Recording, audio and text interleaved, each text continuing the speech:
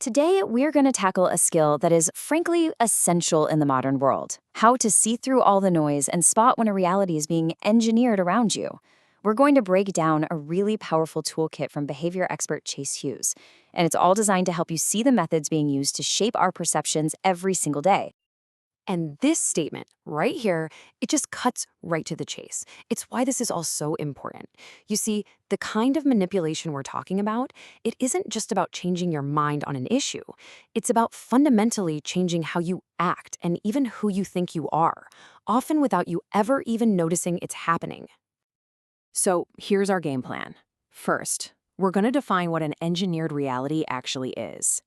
Then we'll walk through a whole series of practical tools, starting with a basic framework and moving all the way to advanced techniques, all designed to give you what you need to really analyze the information that's coming at you.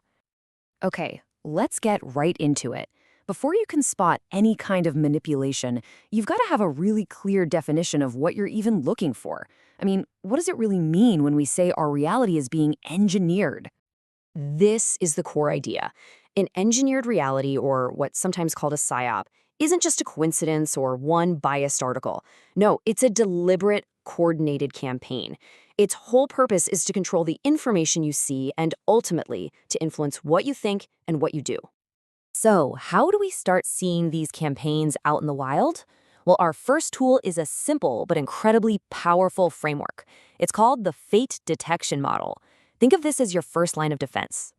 Fate stands for four things: focus, authority, tribe, and emotion.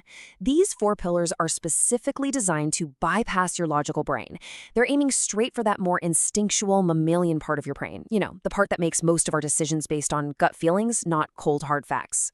So here's what fate looks like in action.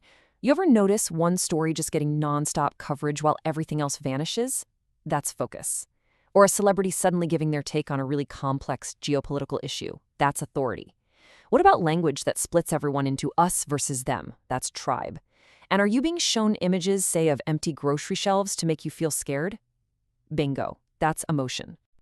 And this is absolutely crucial to understand. When our emotions are cranked up to 11, whether it's fear or outrage or even intense hope, our ability to think clearly and critically just plummets. And that's often the main goal of an influence op, to get you to feel something so you stop thinking about it. Okay, so once you get a handle on fate, we can move on to some more advanced tools. These are for a much deeper level of analysis. Here is a massive red flag you've got to watch for. If you see every single major outlet repeating the exact same talking points, almost word for word, that is not a consensus. That's an echo chamber. A real, organic consensus, well, it's always a little messy. It has debate, it has nuance, and it definitely has dissenting voices. Now, this is a really slick, powerful tactic. It works by creating a clash between an idea and your own sense of identity. So, for example, a campaign might say something like, "Real patriots buy local." All of a sudden, if you don't buy that product, it creates this internal conflict. It almost feels like you're betraying your own identity as a patriot. These little micro-agreements are designed to just nudge you along over time. These techniques bring us to a few really powerful questions. You should always ask, why is this story blowing up right now? Could it just be a big distraction? Who's making money from this? And is the whole story being presented as a simple fairy tale of good guys versus bad guys? Because, real life is almost never that black and white. All right, next up, let's talk about logical fallacies. You can think of these as the grammatical errors of an argument. They are everywhere in propaganda because they sound pretty convincing on the surface, but they completely fall apart the second you look at them closely. Here are 5 of the big ones. Just look at how they work by completely sidestepping the facts. They're either yanking at your heartstrings, twisting someone's argument into something unrecognizable, or just attacking the person instead of the idea. And here are 5 more. These ones often lean on distraction or just plain bad logic. Learning to spot these patterns in real time, that's a genuine superpower. So, with all these tools and techniques in our back pocket, we've arrived at our final and I think most important section, because it really all boils down to one simple and incredibly powerful habit. Because here's the secret: you don't actually need to have all the answers. In the middle of a hurricane of information and emotion, the most powerful thing you can do is just stay calm. The person who can keep their cool and stay curious is the one with the real advantage. If you only take one thing away from all this, please let it be this question.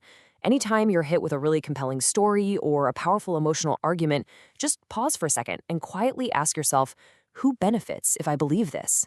It's such a simple question, but it can cut through layers and layers of manipulation. And I just want to leave you with this final thought. If you look back through history, real clarity didn't come from the loudest people or the ones who claimed they knew it all. It came from the people who had the composure to just step back, observe, and ask the right questions. And that, right there, is the true path to navigating the world we live in.